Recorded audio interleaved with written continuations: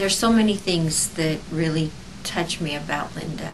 I guess the best thing I can say about Linda is certainly her MS does not define who she is. I have a lot of admiration for Linda. I've known her so long, and she has dealt so well with her MS. Show you what it's like for me to walk with a walker. I can lift up my legs and move forward, but I truly have to have the walker for balance. I think that she has, over the years, accepted more of her limitations. What I really appreciate about Linda is that she's real.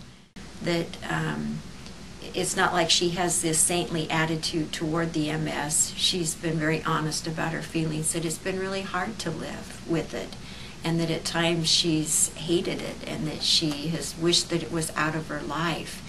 And yet, even with her being real about that, that still she has found some way to be grounded and realize that this is her situation, and that she's learned how to deal with it with a real sense of dignity. I live every day with MS. I wake up in the morning and I take a boatload of supplements to start the day. I never planned on doing it, something that I never thought that I would have to, but nonetheless, it is what it is. I had mourned all of the loss and everything, but by the time when I watched the video and saw exactly what I look like, even though I have been exercising so hard and I feel like I'm so strong, in reality, I'm not.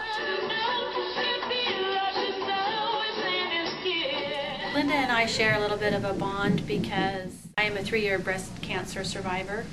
Back in 2008, I had gotten to the point with MS that I truly had tried everything they had to offer and nothing was working. And so I was looking at in-home health care. My mom got online and she found a test study that they were doing at Johns Hopkins. Dr. Brodsky had told me, don't expect to, as soon as you're done with the treatment, to get up and walk. He told me that, but I didn't believe it. I thought that as soon as I was done with the treatment, everything would be fine and I would get up and walk. But he was right, and I was wheeled out of the hospital. About day 12, I started losing my hair. And then as it was coming off in handfuls, then my stepdad went ahead and shaved my head. So I was truly bald. That was the hardest thing for me about the whole experience, was losing my hair. She's never given up, that she has continually researched and tried to find things, new treatments that could possibly help her. You know, her body doesn't function like it once did, but that energy's gone somewhere else. It's gone into who she is and her personality and her spirit. Her attitude, I think, reflects other people's attitudes. It's been uphill the whole way, 2 miles of uphill. The crew that entertained me on the last trip. Get over here. Act like you're still pushing me. Push her, Travis. She does have struggles. She's honest about it. There are days she gets frustrated. I wish that I didn't have MS, and there isn't any part of my being that is glad that I have it. And, when I think of Linda, I think of courage and I think of strength. There's so many courageous people out there, but really, when I have to think of courage, I think of Linda.